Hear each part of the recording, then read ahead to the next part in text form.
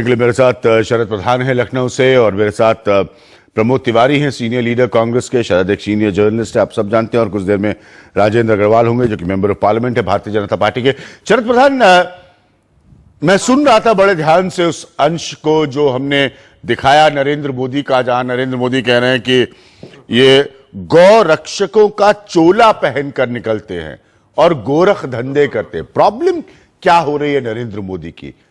ये स्वामी या जो भी योगी आप कहें, आदित्यनाथ जो अपने आप को कहते हैं, उस तरह के लोगों को लेकर आज तक गौरक्षक बनकर लोग जो अपने हाथ में लाठी उठा लेते हैं, नरेंद्र मोदी उनको कंट्रोल क्यों नहीं कर पा रहे? क्या ये बेसिक प्रॉब्लम है या इनको ये दोहरी राजनीति की सियासत खेलने में मजा आ रहा है? ये बिल्कुल सरासर दोहरी राजनीति है। हाँ। और उसकी भी चरम सीमा हो गई है। प्रधानमंत्री जैसा, नरेंद्र मोदी जैसा प्रधानमंत्री, जैसा आपने शुरू में भी कहा कि ये प्रधानमंत्री ये मनमोहन सिंह नहीं है। हाँ, सही बात। खामोश रहते थे, ये बहुत जरूरी है तुलना करना। मैंने शरद प्रधान जानबूझकर ये कहा क्योंकि आज की बीजेपी तब लगातार ये आरोप लगाती थी कि super prime minister Sonia Gandhi हैं और मनमोहन सिंह की तो कोई हैसियत नहीं है। तो आज तो कोई डिबेट नहीं है सुपर प्राइम मिनिस्टर का। आज तो सुपर असली सारे प्राइम मिनिस्टर नरेंद्र मोदी ही हैं। सब कुछ यही है। ठीक। एक चीज अभिज्ञान सबसे बड़ी चीज है कि 28 दिन इस सुपर प्राइम मिनिस्टर को लगे हैं रिएक्ट करने को, जो पता नहीं, बिल्कुल मुझे समझ में नहीं आता कि फीलिंग्स जो है, अगर वाकई में दिल से संवेदना है, दिल दहल रहा है, ऐसा लग रहा है, तो फौरन रिएक्ट करता है आदमी। उसके लिए 28 दिन नहीं लगते हैं। इससे ज्यादा ब्लेटेंट और मेलोड्रामा क्या हो सकता है, मुझे नहीं समझ में आता। और एक चीज अभिज्ञान में बड़ा इंपॉर्टेंट बताना चाहता हूं कि ये जो बार बार इन्होंने गौ रक्षक का, असली नकली गौ रक्षक की बात करी है, इनके जो उत्तर प्रदेश के जो अध्यक्ष हैं पार्टी के ये केशव प्रसाद मौर्य, वो स्वयं उन्होंने जिंदगी भर सिर्फ गौ रक्षा ही करी है कागज पे, तो यही की दिखाया गया है कि उनको गौ रक्षक संगठन के वो अध्यक्ष या जो भी थे, उनको अमित शाह ने बनवाया अध्यक्ष। तो उनको मोदी को कृपया करके ये भी बताना पड़ेगा कि श्री केशव प्रसाद मौर्य असली वाले गौ रक्षक है नकली वाले। शरद प्रधान प्रश्न है। शरद प्रधान, अगर हम सीधी और कड़वी बात करें तो प्रॉब्लम ये हो गई है भारतीय जनता पार्टी का कि अब ये गौ रक्षा वगैरह तो ठीक था, ये सो कॉल्ड गौरक्षक जो है, सो कॉल्ड मैं इसलिए कह रहा हूं क्योंकि नरेंद्र मोदी खुद कह रहे हैं कि इनका डॉसियर बनवाइए, पता करिए ये कौन कौन से असली गौरक्षक है। अब इन गौरक्षकों ने गौरक्षा के नाम पर प्रहार कर दिया दलित पर, और दलित पर प्रहार करने का मतलब यह है कि भारतीय जनता पार्टी के उत्तर प्रदेश में सियासी भविष्य पर प्रहार हो गया। तो आपको नहीं लगता कि असली प्रॉब्लम इनकी ये परेशान है कि ये करे क्या? इनको यूपी का चुनाव लड़ना है, मुट्ठी भर गौरक्षक जो है इनके सारे दलित ओबीसी प्लान का सत्यानाश कर चुके हैं। अभिज्ञान हुआ क्या है कि पिछले 2 साल में जब मोदी वेव के बाद जो इनका डिक्लाइन शुरू हुआ है, लॉ ऑफ डिमिनिशिंग रिटर्न शुरू हो गया और मोदी जी का ग्राफ गिरने लगा, तो स्टेज ये आ गई कि इन्हें मालूम है कि अपर कास्ट में भी काफी तबका जो है हमारे यहां से हाथ से निकले जा रहा है।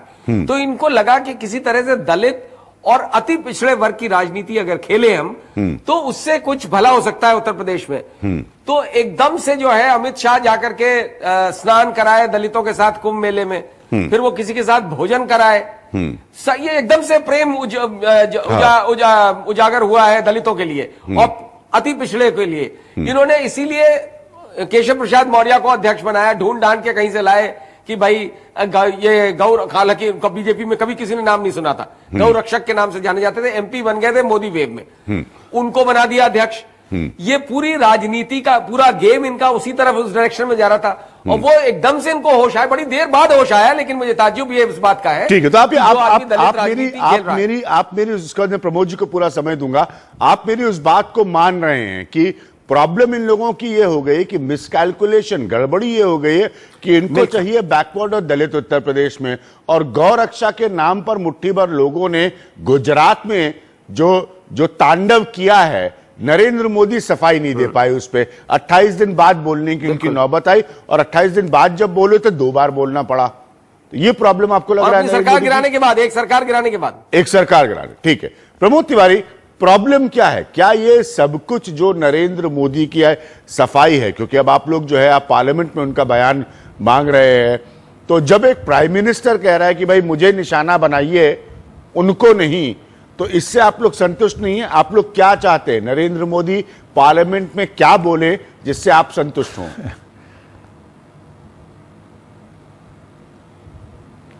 मैं एक बात बहुत स्पष्ट कह दूं, मैं बिना लाग लपेट के कहता हूं, सीधी बात कहता हूं।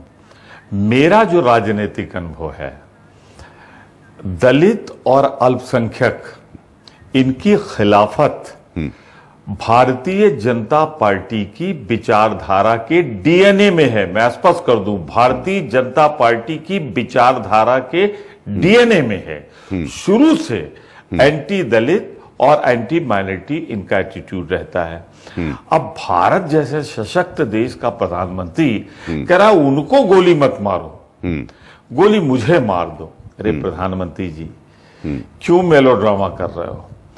गोली चलाने वाली बंदूक भी तुम्हारी, उसमें भरी हुई गोली भी तुम्हारी विचारों की, और जो ट्रिगर है उस पे ही तुम्हारे विचारधारा का हाथ भी है। अरे उस ट्रिगर से तुम हाथ हटा लो, कोई नहीं मारा जाएगा। मैं एक बात कहना चाहता हूं, आप देखिए ना, समस्या क्या है उनकी? उनको दलितों से प्रेम नहीं है, दलित वोट की चिंता है उन्हें। उत्तर प्रदेश को देख लीजिए, 23-24% दलित, ट्राइब, शेड्यूल कास्ट सब मिला के, और 20% माइनॉरिटी है, कुछ 18, कुछ 19, कुछ 20, तो 43% तो एक राउंड में साफ हुए जा रहे हैं। उत्तर प्रदेश का चुनाव सर पर है।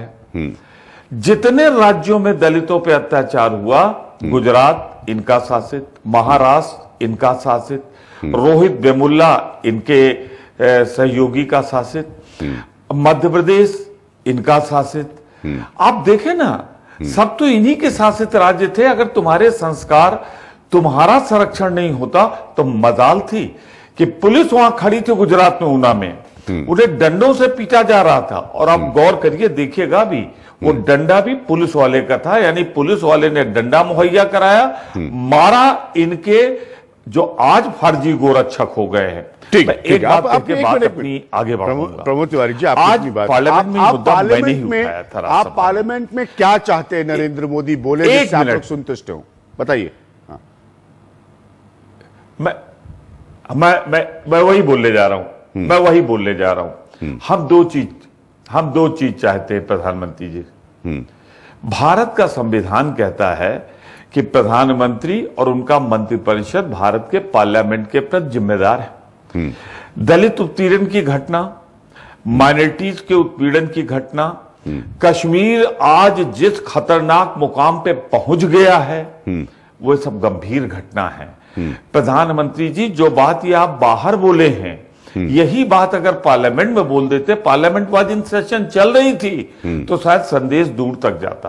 पर मेरा निश्चित आरोप है कि आप जानबूझकर पहले लोगों से बुलवाते हो, पहले लोगों से करवाते हो, जब आतंक पैदा कर लेते हो, तो उसके बाद जब आप देखते हो इसका असर हो चुका जहां होना चाहिए, कर लिया मैंने, तो फिर आप पार्लियामेंट के बाहर कहीं बोल देते हो जहां आपसे कोई सवाल नहीं पूछ सकता। सवाल पूछने वाले आपके लोग सामने बैठा ले जाते हैं। ठीक है, पार्लियामेंट में आओ तो हम आपसे सवाल पूछें, सिर्फ दलितों पर पीड़न क्यों, जो अल्पसंख्यकों पर हो रहा है, जो मारे गए हैं लोग, जो है 2 औरतें मारी गई हैं मध्य प्रदेश में, उदित राज जी, सीधा सवाल यह बन रहा है कि प्राइम मिनिस्टर को, प्रधानमंत्री को ये कहने की क्या आवश्यकता पड़ रही है? क्या लोग उनके बात, भाषा, इशारे को नहीं समझ रहे हैं उन्हीं की पार्टी के, कि आप मुझ पर गोली चला दो, उन पर गोली मत चलाओ? ये कहने की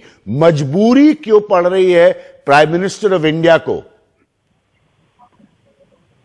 देखिए, ऐसा है कि मजबूरी नहीं है। हाँ। एक सहानुभूति व्यक्त करना और उन लोगों को जो अमानवीय व्यवहार कर रहे हैं, उन्हें भी लगे कि जो सर्वोच्च व्यक्ति है, इसके हाथ में पूरे देश की शासन है, वो कितने चिंतित है और इसका मतलब यह है कि ये जो कार्य कर रहे हैं वो बहुत अमानवीय है। दूसरी बात है कि इसके द्वारा संदेश देना कि जो एलिमेंट हैं जो कंफ्यूज कर रहे हैं और बड़े संगठनों से जुड़े हुए अपने आप को दावा करते हैं, उनको भी अलग थलग करना। लेकिन उधर राजी 28 दिन लगते हैं प्राइम मिनिस्टर को रिएक्ट करने में। गुजरात की घटना है, वो गुजरात जो नरेंद्र मोदी से बेहतर कोई नहीं जानता। 28 दिन लगते हैं उनको रिएक्ट करने में। उसके बाद प्रधानमंत्री का रिएक्शन है कि ये नकली स्वयंसेवकों पर डॉसियर बनवाइए, ये गौरक्षक का चोला पहनकर निकलते हैं। तो इन सब जानकारियों को पहले लेकर कोई एक्शन क्यों नहीं हुआ? ये गौरक्षा को एक बहस बनाकर अब क्यों पेश किया जा रहा है? एक्शन इतना उसमें डिले क्यों है? गौरक्षा का बहस तो पहले हो चुकी, हाँ, और बहुत ज्यादा हो चुकी है। लेकिन देखिए, ऐसा कि उन्होंने यह भी कहा कि हर स्तर पर अथॉरिटीज है और उनको ध्यान देना चाहिए, लॉ एंड ऑर्डर को इन्फोर्स करना चाहिए। जैसे law and order state subject है, लोकल अथॉरिटीज का है। जब उन्होंने देखा कि ये सफिशिएंट नहीं हो पा रहा, तब उनको एक बहुत मजबूत बड़ा स्ट्रांग मैसेज देना पड़ा। मैं ले रहा हूं यहां पर एक छोटा सा ब्रेक, आप लोग कहीं मत जाइएगा, मैं वापस आऊंगा। मैं इसलिए कह रहा हूं कि जो सवाल मैंने आज विज्ञान का पॉइंट अपना उठाया था वो बड़े बेसिक है। उसमें से एक बुनियादी सवाल ये है कि प्रधानमंत्री क्यों सफाई देते फिर रहे हैं?